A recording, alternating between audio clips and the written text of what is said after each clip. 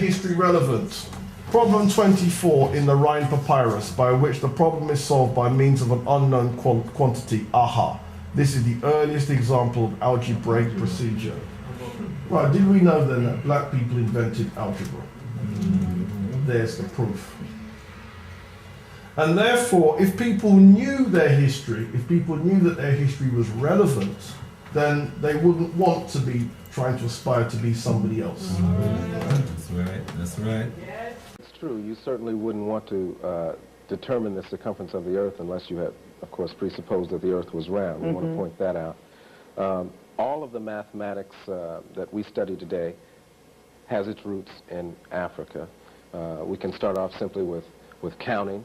The very first or the oldest known artifact in mathematics is the Ishango bone. That's over 8,000 years old. It's from the Congo. That's found in Africa. If we go ahead, they had developed fractions. Furthermore, they had developed algebra and, of course, geometry, trigonometry, and had even gone as far as the roots of integral calculus. And this is all before Europe existed.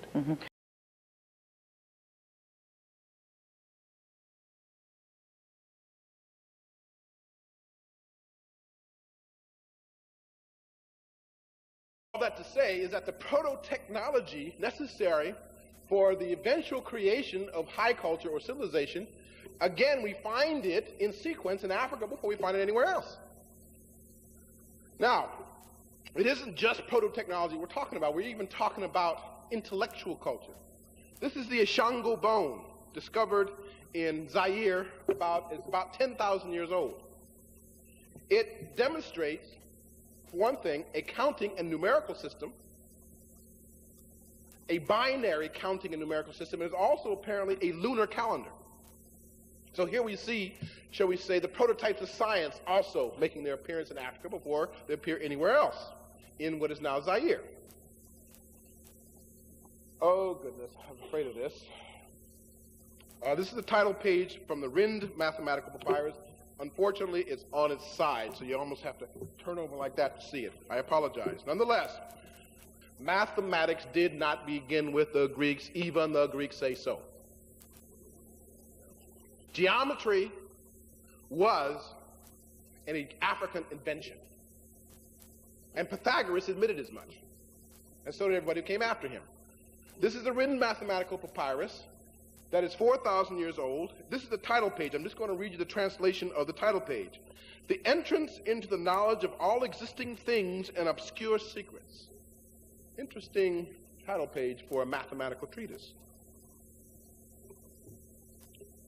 One is the Moscow Mathematical Papyrus, showing you the area of a rectangle, or the formula for obtaining the area of a rectangle, A equals L times B. This is problem number 14 of the Moscow Papyrus. This is the formula for finding the volume of a truncated pyramid. Now, the volume for a truncated pyramid gives you volume equals height, 1/3 the height, times a squared, AB plus B squared. This is actually more difficult than finding the volume of the total pyramid. So if they could, Sheikh on the job says, he who can do more can do less. So if they can find the volume of the truncated pyramid, they also knew the volume of the pyramid, how to find the volume of the pyramid. 1/3 of the height times area squared. This is problem number 56, also from the Rind Mathematical Papyrus. This is a problem that allows them to demonstrate how to find the slope of the pyramid. And in this problem, they actually deal with cotangents, showing that they had also not only begun their studies in geometry, but also in trigonometry as well. Among these ancient people of the Nile, these ancient black peoples of the Nile, we find the first evidence of algebra, because in the Rind Mathematical Papyruses, number 24 to 27, are algebraic equations of the first degree. They also handled algebraic equations of the second degree. Algebra is basically, if you have to strip it down to its essentials, its ability to solve problems when you have an unknown. Now, we call that unknown usually X or Y, The ancient Kamites used to call it a quantity. Of the Rin mathematical papyrus showing finding the area of a triangle. Basically, area equals 1/2 the base times the height. Problem number 50, which we don't have up here, the ancient Kamites were also able to find the area of a hemisphere, which is, in modern notation, area equals 2 times pi times r squared, which means that they could also find the area of a sphere, which is 4 pi r squared. They also, therefore, if they knew that much, they knew the area of the circle. And the area of the circle, as we know, is pi r squared. The Rin mathematical, our modern value for pi is 3.14128. The ancient Kamite value for pi was 3.1605. People have tried to say that the Babylonians had a higher level of mathematics than the ancient Egyptians, and yet the best that the Babylonians could come up with for a value of pi was 3. They also understood geometrical progressions. We know it in the problem of the Hekat, where a geometrical term is the following, or a geometrical progression is this. To find the sum of the geometrical progression whose first term is 7 and whose common ratio is 7. Now, those of you who've read Mother Goose lately will remember the Mother Goose rhyme, As I Was Going to St. Ives. As I was going to St. Ives, I met a man with 7 wives. Each wife had 7 sacks. Each sack had 7 cats. Each cat had 7 kits. Kits, cats, sacks, wives. How many were going to St. Ives? This is a geometrical progression that you find in the Rin mathematical papyrus 4,000 years earlier. In the problem of the Hekat, instead of using wives, they said 7 houses. Each house had 7 cats. Each cat had 7 mice. And each mice had 7 spelt, and they went one further. They went to a 5th progression. Each spelt had 7 hekats. So they went to progression out to 16,807. So the idea, as Gilling says, that the ancient Kamites did not understand the theoretical applications of the mathematics that they invented is merely a conceit. The Great Pyramid. We're only going to say a little bit about the Great Pyramid. Certainly the grandest edifice of its kind ever created by the hand of man. I just want to point out 2 things about the Great Pyramid. 483 feet in height. The base of the pyramid is 13 acres in area. It was built out of 2.7 million blocks of stone. The lightest stone was 1 ton. The heaviest was 7 tons. Planed to such a smoothness that when they were fitted together, if you plucked the hair out of your head, you could not fit it between the joints. Oriented precisely to the 4 cardinal points. The descending passage was built at 3 degrees 43 minutes in slope. Oriented exactly to Alpha Draconis, which shone down at 3340 BC, 3340 BC, and it won't shine it down it again until 26,000 years later. The height of the pyramid, if you multiply it by 1 billion, gives you the mean distance between Earth and Sun. People say that's a coincidence. Well, I'm fond of asking young black students is, why are you afraid of mathematics? Why do you run away from mathematics and physics? Africa invented mathematics and physics. That isn't my opinion. That just happens to be the reality. I didn't make it happen. That just happens to be the way it is. And the Greeks themselves say so, not once, not twice, but at least a dozen times. All the Greek mathematicians studied in Egypt. Eudoxus, Archimedes, Hipparchus, Pythagoras, Thales, Plato. In fact, the Greeks were in a habit, if they didn't study in Egypt, they would say they would in order to give themselves credibility. This is the interior of the Grand Gallery, showing how it would have been used to measure the time of movement of the stars across this particular area. And it would have therefore given them some way of measuring the minute of arc.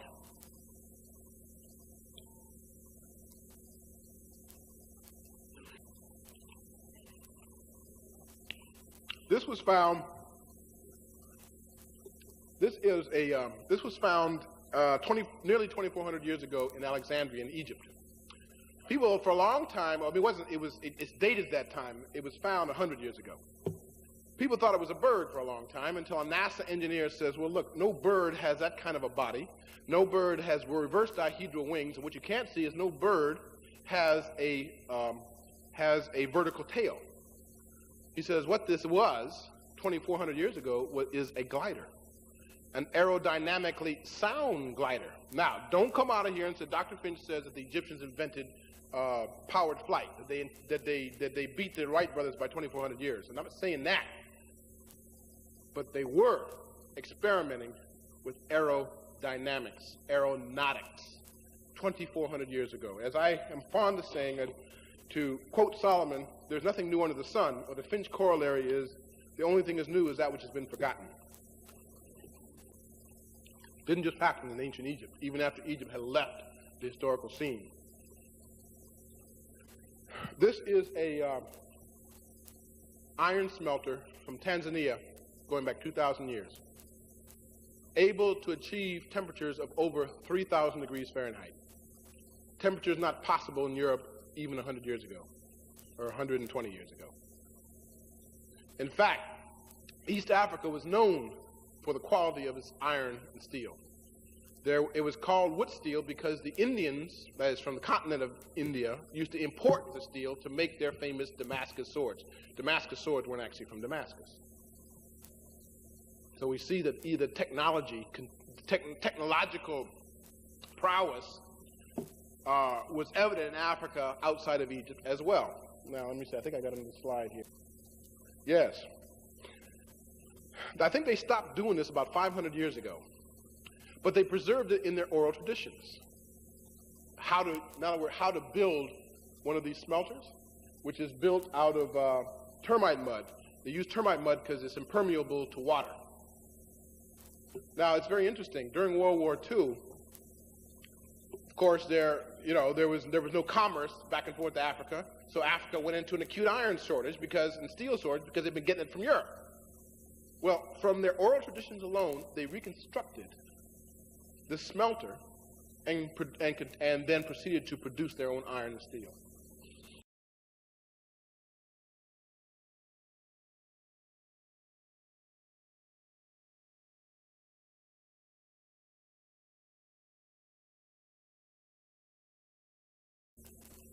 Hippocrates. As I like to say, I have not come to bury Hippocrates, but to praise him. Whatever he was, however, he was not the father of medicine. He would never have had the temerity or the audacity to call himself the father of medicine. He has had, however, a profound influence over medicine over the last 2,500 years, and you would think that somebody with that much influence and that much who sort of is part of not only the history but really the folklore of modern medicine would be a clear-cut historical person. But perhaps folklore is suggestive because we don't know very much about him. When you look closely at him, he kind of recedes into the mist like a ghost. We only know 3 things about him. He was born on the island of Kos in eastern Aegean. He was the descendant from a line of Asclepian priests. Asclepios, it was the Greek god of medicine. And there is no reason to doubt, a physician of unusual and outstanding gifts. No reason to doubt that whatsoever. He was so great as a physician that a school grew up around him. However, he did not even write a fraction of the so-called Hippocratic written corpus. He did not even compose the Hippocratic Oath. And if anyone had put to him or asked him who is the father of medicine, he would have echoed his countryman Homer, who 500 years earlier said that in medicine, Egypt leaves the rest of the world behind. So I only want to put Hippocrates in the proper historical perspective. Again, it's really important to keep chronology together. Mm-hmm. The first Greek that we have on record is Homer, and that's approximately 850 BC, if there was such a person. Many literary critics suggest that there were many people, mm-hmm. and their writings were collected together and then given the name Homer. But be that as it may, at that point, Greek people were not actively involved in the educational system as far as going to school in Africa. But starting around the time of Thales, which would be in the 5th century BC. Thales went to school. We have records of the Greeks themselves. These things are in standard history, so what I'm saying is not a mystery. Thales went to school, came back, advised Pythagoras to go to school. Pythagoras went to school in Africa, was taught for 22 years in Africa. We know the subjects that he taught, that he studied. We know the location where he went to school. We know the name of his major professor. Following Pythagoras, other pre-Socratic Greek philosophers began to go to Egypt for their education. Plato went to school for 12 years in Egypt. Aristotle moved his school when Alexander the Great, his pupil, conquered Egypt. He moved his whole school to Egypt in order to be closer to the source of Egyptian knowledge. In fact, the habit by Greeks of going to school in Egypt was so ingrained, and they valued it so much, that they say that even people who had not gone to Egypt to study would make up biographies to pretend that they had gone, because you had very little legitimacy if you hadn't actually gone to what at that point was the center of higher education in the world. Actually find in Africa these people that the Greeks talked about. But nobody told me that when I was, Yeah, was this going is to school. well, you're looking at Great Memnon, and so I'm telling you this so that if you go back to school, Well, this is Memnon. you can carry to those who would teach our children the kind of information that they need to have. This would be Agamemnon, Great Memnon. When, in fact, there are two statues that are misnamed Memnon in the Valley of the Kings, because when the Greeks first got over there, they thought they finally had found the home of Memnon. They just saw two giant statues, and turned out it wasn't Memnon at all. It was one of Amenhotep the third. But so his African name was Amen-Amet. okay. God Amen comes forth. Okay. Notice he looks almost like he's got dreadlocks on here, the braids. That was very prominent in the ancient committee. Now, let me go back to the chart again, because this is also very important. Okay. We now have skipped from this period to this period. In other words, we've left the second golden age, the Middle Kingdom, and we now go to the third golden age. Golden Age 1, Old Kingdom, 2, Middle Kingdom, Golden Age 3. Now let's take a look at some of the things going on in that golden age. Okay, we have this university. This is a scale model of the University of Epet-Isut, which is the oldest university system in human history. This system, at one point in the 18th dynastic period, which would be around 1500 to 1300 BC, enrolled almost 80,000 students. A priest was a man who went into the system of education, which you call the mystery system, from age 7, at the time when he was circumcised and brought in.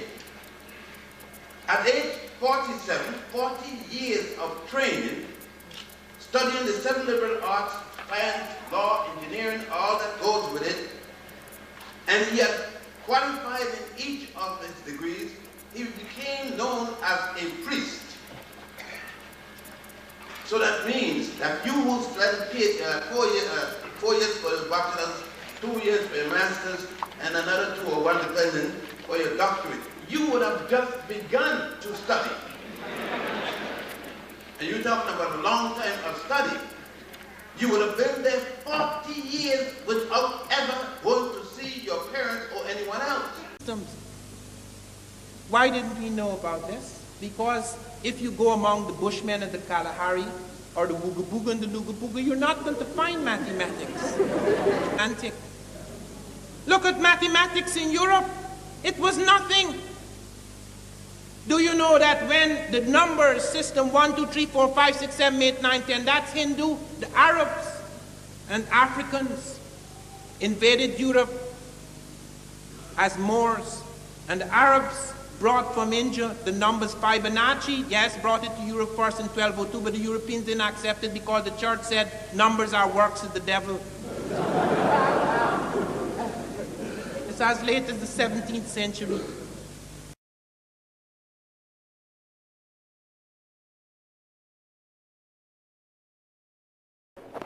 He said that Now this, he became more alert and more human being. He became more, you see, Malone became a more human being. Not just human being, you became a more yourself. You achieve your destiny when you go to Kemet school.